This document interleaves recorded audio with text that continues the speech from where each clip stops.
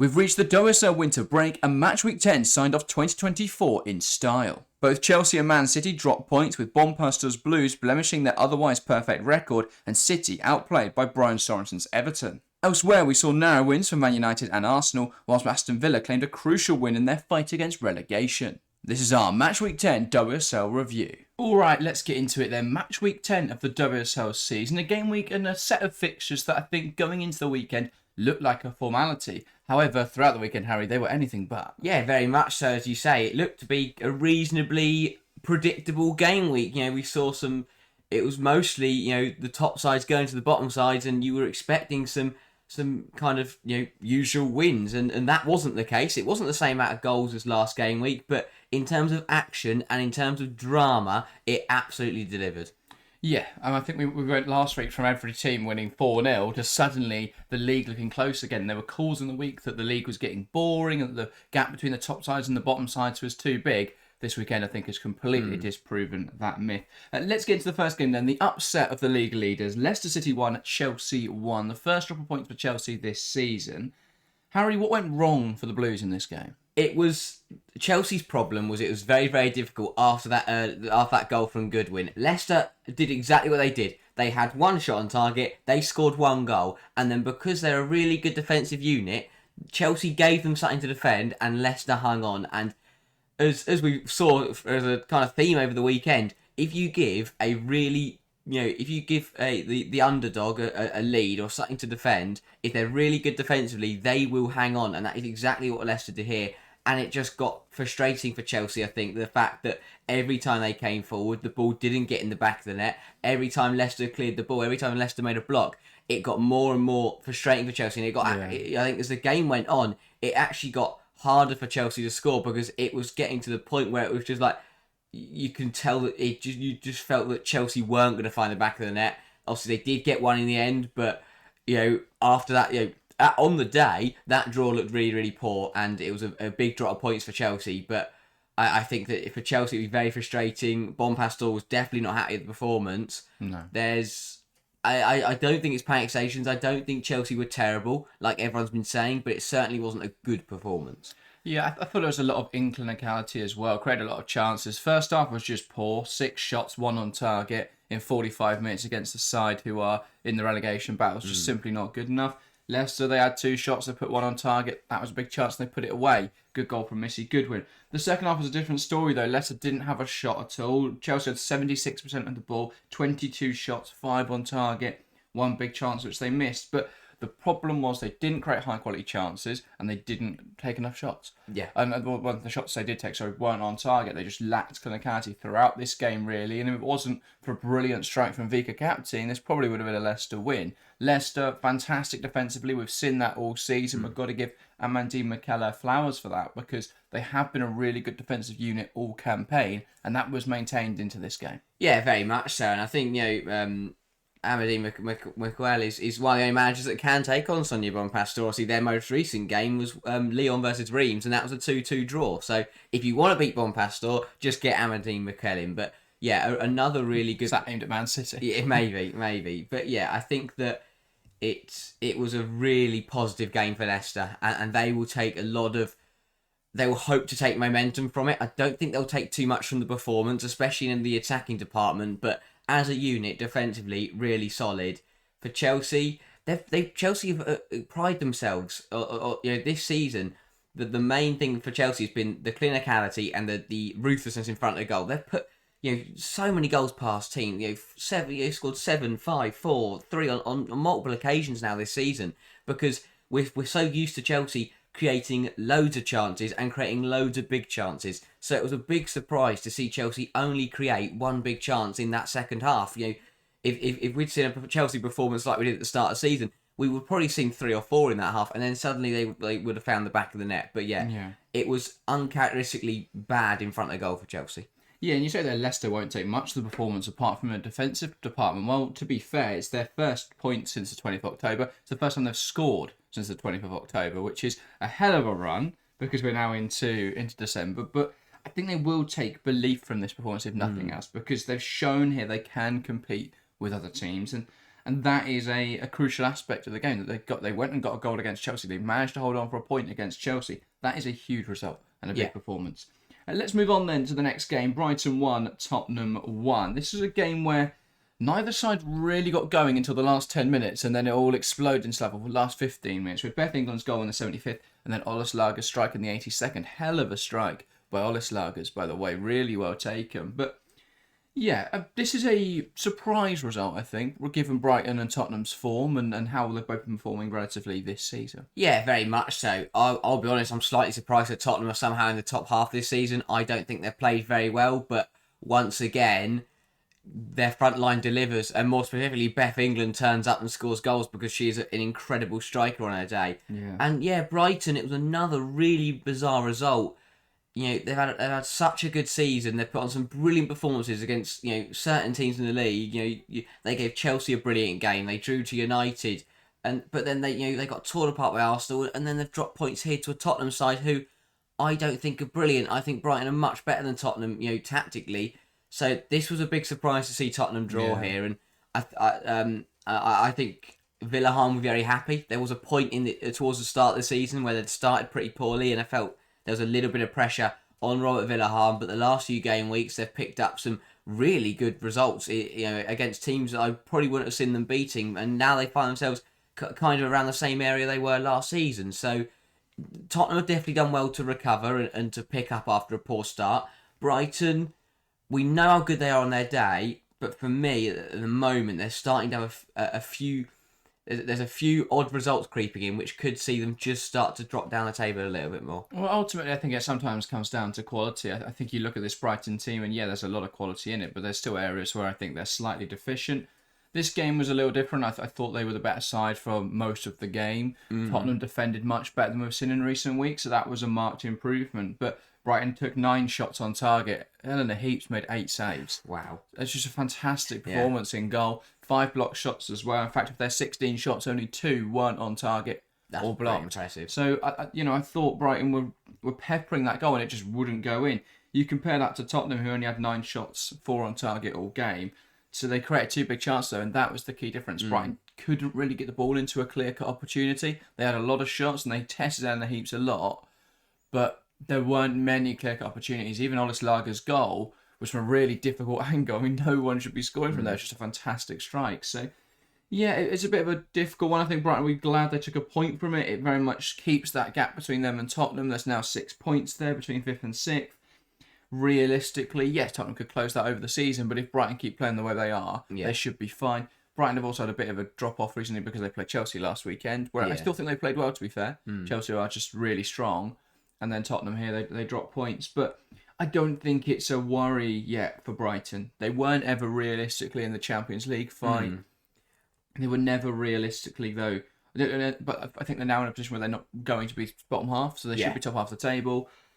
It's just going to be a good season for Brighton. They can take this performance, build momentum next summer, bring in some new players that perhaps raise that level a little bit, and then see where it goes. Yeah, I mean, I think both these two sides sat 5th and 6th in the table. I think that if you'd asked them before the season, Brighton, you're going to finish 5th, Tottenham, you're going to finish 6th, they'd have both taken that. I think both sides would be happy to finish where they are now. So going into winter break, to be in the positions they are, both in the top half, I think both clubs will be pretty happy, especially Brighton. I mean, they would. I don't think they'd have thought they'd be in the top 5 come Christmas when they started this season under Vidicic. But no, it's been a very successful season. No, Tottenham, I think, will be a little miffed as to how they're in the top half, but a little relieved. They're there. That's what matters.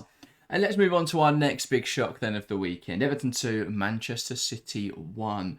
What on earth happened here, Harry? Wow. I mean, we thought Saturday was a day of surprises. Sunday went and topped that. This was bizarre. It was a game that. And I think it's important to say this wasn't like the Chelsea game or the Brighton game. This wasn't a game where City had loads of chances, loads of shots, put Everton under loads of pressure, and Everton rode their luck at times. That wasn't the case. For the whole of the first half, Everton were in that game. And, yes, City had all of the ball, but it doesn't matter if you have all the ball if you don't do anything with it. And Everton were happy to not have any possession and then just punish City in that transition when City got caught too high and they lost the ball high at the pitch. And City, not good enough. Really not good enough. Chelsea opened the door. for City to walk through it and catch up to them in the title race. And when City turned around and went the other way, it's that. Well, I think they took it too casually, and the door swung back and hit him in the face. Yes, and then it's just Chelsea. It's a revolving door. Maybe Chelsea gained on City this weekend despite drawing, and that is just unacceptable from a City point of view. But even if Chelsea had won, this performance, no matter what happened the rest of the week, was miles off it from City. They just weren't good enough. And again, it's the same problem we spoke about last season when they're missing big players. The players coming in to replace them are just not good enough. And I think Shaw out, Fowler comes in. Fowler didn't have a good game. Greenwood out, Kennedy comes in. Kennedy had a shocker. There's a reason she came off at half time. Had a really poor start.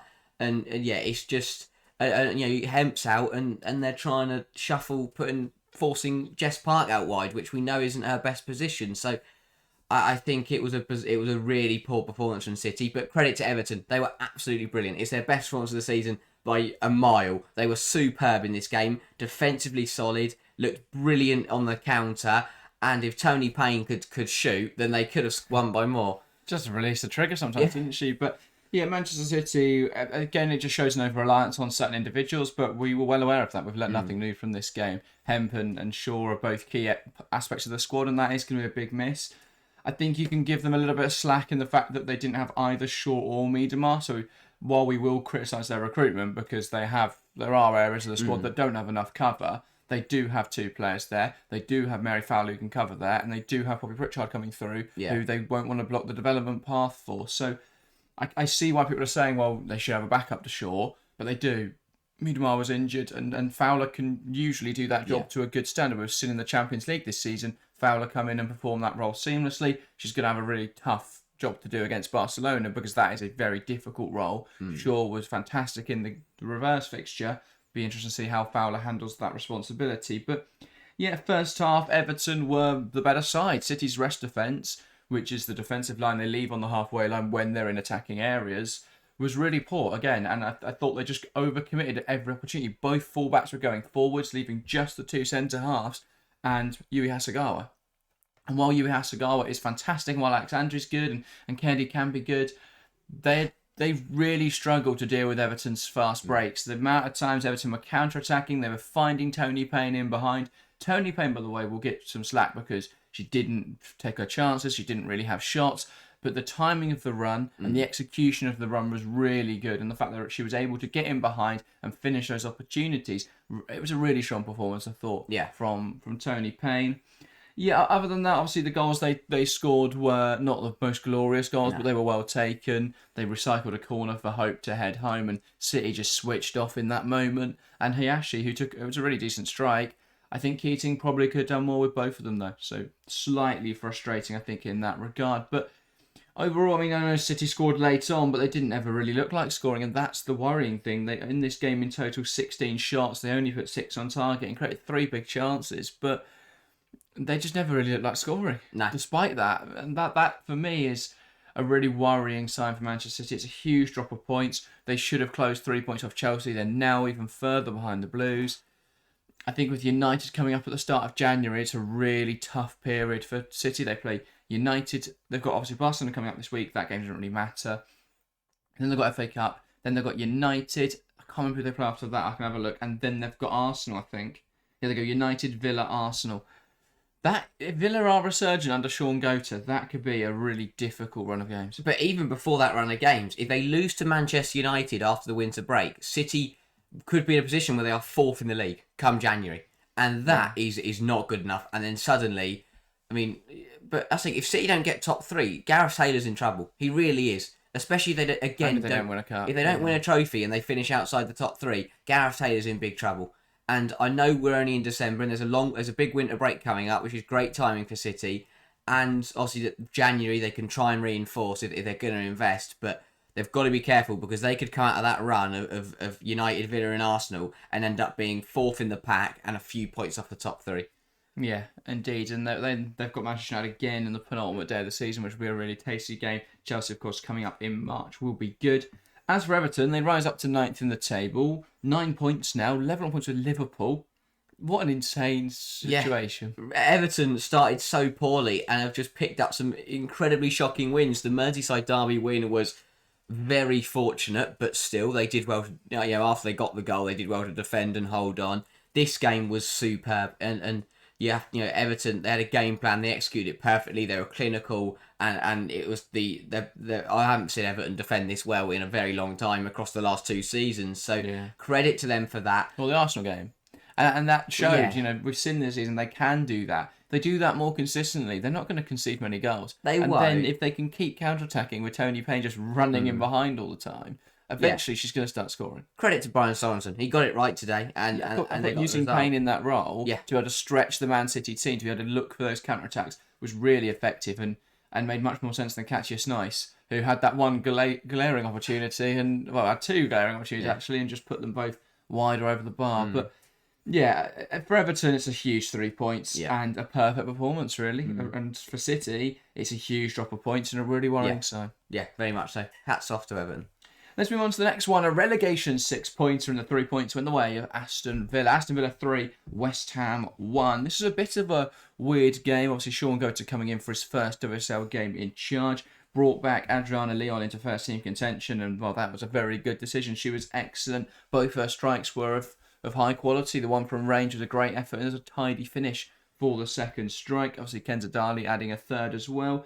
There's a little bit of controversy with the way that West Ham's second goal was ruled out. I think, personally, the first goal, Vivian Asai's goal, looked offside, and then the lino didn't give that. And I think that's on her mind because she knows that one's offside, or she realises that one's offside after the fact. Doesn't want to flag it, though, and look stupid. The second goal goes in. It is a bit of a weird bundle. It's not a beautiful goal, but I don't think it was offside. It was just a mess. But that one gets flagged. And so I think, that's frustrating because that is a wrong decision. But I think it was the officials cancelling out the earlier wrong decision they made. Yeah. Which isn't right, but I get what. It balanced itself out in the grand scheme of things. I still don't think it changed the fact. It changed the game that Villa, for me, were the better team. And I think that, Sean Goater, 4-1 win in the midweek against Charlton, 3-1 win at the weekend, and that is exactly what Villa were hoping for when they sacked Robert De Boer on Wednesday. It was, Sean Goater's not a masterful tactician. We know that. He's not some incredible manager that's going to go take on the best in the world. But it's all, for Villa right now, it's about rallying together, getting to the winter break and finishing as well as possible. That's exactly what they've done. They had 2 big games, one in the League Cup and a relegation 6-pointer. They decided give it to Sean Goater, rally the team together, get that positivity up in the changing room, get 2 big wins, which is exactly what they've done. And now they've put themselves in a really strong position to finish 2024, and they can hit 2025. Hopefully with a new manager and try and climb the table. So really good work, and I think credit to Sean Goater because he set Villa up very nicely for someone else to come in and hit the ground running in January. It's exactly what you expect from an interim manager. They set up rather simply. They brought in players like Adriana Leon and Kenza Dali, who are more experienced players who came in and got the job done. Yeah. And I thought that was really crucial for Villa just to get in. Because Grant dropped outside. Grant's a good player. But what they needed in this moment were players who knew the league, knew how to grind out a result, and they did that. And that, for me, is exactly what they needed in this game. Yeah. So that was good. As for West Ham, well, they still don't look great in attacking areas, really, or defensive areas, but there were some good signs. Again, if that free kick goal, which probably shouldn't have been ruled out, wasn't, maybe this result's completely different. Yeah. Maybe we're doing this in a different light. But yeah, much more positive, though, from West Ham recent weeks. A goal here, a huge win against Crystal Palace last weekend. Wins in the League Cup as well. It's looking much better now for West Ham. They are still only 3 points above the drop zone. But I think it's been a positive spell. They do come back to Chelsea after January, which is going to be a tough game. But yeah, much better. Recently. Yeah, I think for West Ham they have looked better, but the importance of that Crystal Palace comeback cannot be overstated because if they hadn't pulled that game back, they would be in a very bad situation. And by that I mean they'd be rock bottom of the league. And I think that result was absolutely critical. The fact they turned that around from 2-0 and won that game 3-2 is a huge moment in their season. And obviously, again, losing today, it wasn't a great result, but I think that they've got to come back. Chelsea's Chelsea. Don't worry about what happens in that game. If you get something from it, fantastic. They'll fancy themselves because they'll look at what's happened this week. If Leicester can get a point there, if Everton can beat City, why can't West Ham go and get something off Chelsea? But West Ham, they've got to keep doing what they've done all season and just pick the points up against the teams they're fighting down there. Just keep points ticking over against the other relegation rivals. Yeah, exactly. And I think it's been much more positive from West Ham recently. They'll be looking to keep that up. I think they set up well in games under Real Skinner. They're not trying to play beautiful football, but they are trying to grind out results. That happened against Crystal Palace. It didn't against Aston Villa, and that is the nature of how you're playing. When you're not set up in a way that intends to dominate possession and dominate the play and outscore the opposition or anything like that, there will be results that go against you. There will be moments that go against you, but overall, a really improved performance from West Ham in recent weeks. They've looked much more prolific in front of goal and slightly more defensively solid. I mean, they still scored. They've still conceded 5 in the last 2, but slightly more defensively solid. Let's move on then to the game at Crystal Palace, Manchester United. Manchester United with a 1-0 win. A much worse United performance than we've seen in recent weeks. Were they somewhat fortunate, Harry, to win here? I think they were fortunate to win, but in terms of, I think they weren't going to lose the game. It was more they were fortunate to not draw this one because it was the United that we thought that had kind of been eliminated from their kind of. We thought this United performance had disappeared. This inclinicality, the lack of chances, and when they do get chances, just blazing them wide. And it was a really frustrating one for Mark Skinner because yes, they got the victory, and that's the main thing, but in terms of performance, it was a big step backwards. They looked incredible against Liverpool, especially that second half. And we sat there after that game, and I remember saying that I think if Man United play like that, they could go and do what Chelsea did to Crystal Palace, and that just didn't materialise for United. They looked far off it. They'll be happy to get the win. I draw parallels to the Everton game earlier in the season where Clinton grabbed a goal, but for the rest of the game, United weren't very good. But 3 points is 3 points, but a disappointing performance. And Crystal Palace would have felt that if they could have got 1 or 2 chances, maybe they could have done something in this game. But overall, not a bad performance from Palace. United got the job done. Yeah, I think they'll be frustrated in the way they gave United the goal because United were wasteful with all their opportunities. Shea Yanez tried to overplay out from the back. She managed to scoop it to a Palace teammate, foot through that, get it gone. Instead, she doesn't really react. Grace Clinton pounces on it and finishes it off. I think they'll be frustrated in the manner they gave that one away because the rest of the game they were incredibly solid. United were limited to pot shots.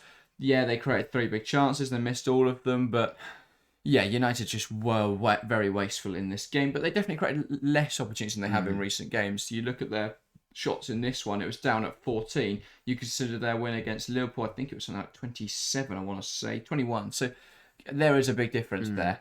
And that, for me, is probably why they didn't end up winning this game by a more comfortable margin. But as you say, 3 points is 3 points at the end of the day. Manchester United stay 4th in the table, but they do extend the gap to Brighton. They close the gap to Manchester City to just a point now. I think that'll give them a lot of belief facing City first game back in January. Yeah, it feels like it's been quite a while since we've got into a Manchester derby in 2025, and we're sat here thinking United have got a very good chance of winning this game. You think about the way they were tore apart at the Etihad last season. It looks completely different circumstances, and going, United really good form. They'll be happy with where they are going into winter break. They'll come back. Lovely FA Cup game to start off with against West Brom, I want to say, and then it's West Brom, and then. Manchester derby, huge game. Win that. Suddenly they're second in the league, or joint second with Arsenal. If Arsenal win, and things are looking very, very pretty. So, good work from Man United. They've had a really strong start to this campaign. Yeah, definitely so. I mean, 21 points from 10 matches, only 1 game lost in the league. That's really strong. I think they won every game as well in the Women's League Cup. So, a very good start to the campaign. A few too many draws in there, and I think they'll still be disappointed with the way the Chelsea game went because they weren't good enough there. But I think overall a good performance. The City game will rely heavily on what United side turns up on the day and whether City have Khadija Shaw and Laura Hemp back or not, because they're brilliant players and City's attack looked impotent without them this weekend. So that will be big. Let's move on then to our final game of the game week, which is of course Liverpool 0, Arsenal 1. This is a game that never really kicked into gear, it felt. Neither side were brilliant. Liverpool had the dominance of the first 10 minutes. After that, Arsenal started to take the game into their stride, and obviously Russo scored on 20 minutes. But bar that Russo opportunity, Arsenal just didn't really create many clear-cut chances. They created big chances, but they never really looked like scoring. I mean, Frida Maanum could have had a couple, but her finishing was off on the day. It was just a performance where Arsenal got away with the fact Liverpool offered nothing in attack. Yeah, it was a Liverpool performance that we've got quite used to. We saw it last weekend against Man United. We've seen it. This depleted Liverpool side is just not up to scratch at the moment, and that's fair enough because they've got a 17-year-old in midfield, and half their team usually wouldn't be starting, and they're missing some really big players. But I think Arsenal got as you say, Arsenal were fortunate that Liverpool are playing so poorly at the moment because they just didn't get started. Russo scored from a weird corner that Liverpool didn't manage to clear. Well, they put it in that corridor of uncertainty between the defensive line and the goalkeeper. No one reacted. So whoever's at the front post should have been on the front post and just cleared it away. That would solved the whole problem. But yeah, it was a weird one. It was just a really bizarre game. It was a disappointing way to end the weekend because after such an incredible weekend, I thought it was going to be a brilliant game, but it just didn't live up to the expectations. Arsenal scored, we're happy with that. Yeah. And that was kind of it. Liverpool never really went at the game. To be honest, Liverpool didn't seem to think that they were only one goal down. They could have gone for it. They could have gone for the game at the end, tried to get a goal. They just didn't fancy it. And the highlight of the game was Matt Beard getting himself a touchline ban for the West FA Cup game. So, yeah, Liverpool, they need a big winter break. They need players to come back. They need to reinforce in January. Hopefully they get the right investment and they can come back swinging because on their day, they're not a bad football team. But right now, they look nothing like the Liverpool that we've got used to seeing. Yeah, if Frida Maanum takes her chances and if Caldente doesn't hit the penalty against the post, then suddenly this game's 4-0 again. And I think that would be a damning result. The result is kind to Liverpool here. Again, it was a really shoddy performance. January has to be big for them. They have to make some transfers because it's not been good enough this season. No, I mean, 2 wins. It's just not, from 10 games is nowhere near the Liverpool standard. And hopefully they come back swinging in the new year. But we'll wait and see. I like Liverpool. I like Matt Beard. I think he's a good coach. I think they're a decent team. But right now, they've got so many players out. They just can't turn up against anyone. Yeah, I mean, they're only 2 points off 6th. And I think that is what we need to remember is that it is still so tight. But now any realistic opportunity of finishing in the top 5 is over for Liverpool, which means this is going to be a drop-off from last season. They're already 8 points off Brighton, which is why I say that I just can't see them closing that gap over this campaign, unless Brighton have a sudden drop-off for some reason. But yeah, it was another poor game for Liverpool, and the problem is now they are being dragged into this relegation fight. They're only 4 points off bottom of the league, and it is just so tight. If Crystal Palace managed to get a big turn-up and win a game, it's looking incredibly tight, and Liverpool then suddenly 2-3 points off bottom of the league, depending on who's down there. So yeah, it's looking worrying for Liverpool. But as I say, January is upon us, and they can make transfers. They can add to that very small squad, very depleted squad. So I think if they do recruit well, they'll probably be all right. Yeah, very much so. Very much so. And for Arsenal, they got the job done at the end of the day. That's what matters. They keep pace with Man United as well. Yeah, 1 goal, clean sheet. Russo in incredible form. 6 goals in their last 5 WSL games. Absolutely lethal at the moment. They're still unbeaten under Slager, which is incredible. And they're a point behind Man City. And again, if that Manchester derby is a draw, Arsenal are in a brilliant position to take advantage of that. So big things coming for Arsenal. They've got Chelsea at the end of Jan as well. So they'll be hoping to come back from the winter break. And if they're playing as well as they have been under Slagers, that's going to be a very, very tasty game at Stamford Bridge. Yeah, potentially. I mean, I still don't think Arsenal have shown that they are ready to compete with the biggest sides in the league. I thought even the United performance where they were very good, they didn't take their chances, and ultimately they were punished for that. So, yeah, I still think Arsenal have been positive in recent weeks, but I still think they're a step off the top. And even if they beat Chelsea, they're still 4 points off them. That's a problem. They're quite far behind now. Obviously, beating Chelsea would be huge, and it would put them back in the hunt. But it depends. Chelsea, they could come back from the winter break and be absolutely disgustingly good. Yeah, definitely so. Should we run through the WSL table then to conclude this? After game week 10, the table is as follows. Top of the league is Chelsea. Their perfect record has fallen from their grasp, but it doesn't show in the league table as they extend their gap at the top. Manchester City dropping points in second. It draws Arsenal and United closer, and it means their gap to Chelsea is even bigger. In third, Arsenal on 21 points, them and United in fourth, both on 21 now, both closing the gap to City with narrow wins this weekend. In fifth, it was Brighton, whose draw leaves them further off the top four, but ultimately their European dream is probably over now. But you never know. Maybe they'll win some games, maybe they'll get into it. Sixth in the league is Tottenham Hotspur. Despite being really poor this season, Tottenham are somehow sixth. They've managed to get another draw at the weekend, which they probably shouldn't have, and that is what they've been doing all season, really. In seventh, Aston Villa, a big win sees them climb up the table and into seventh. They've jumped ahead of Liverpool and West Ham with victory. Liverpool in eighth, plummeting down the table now, being dragged into that relegation battle. In ninth, it's Everton, and Everton's side, who haven't been great this season, but some big wins in recent weeks, has seen them climb up to ninth and 4 points above the relegation zone. In 10th, it's West Ham United, a disappointing result this weekend, but they are still 10th in the league, 8 points to their name.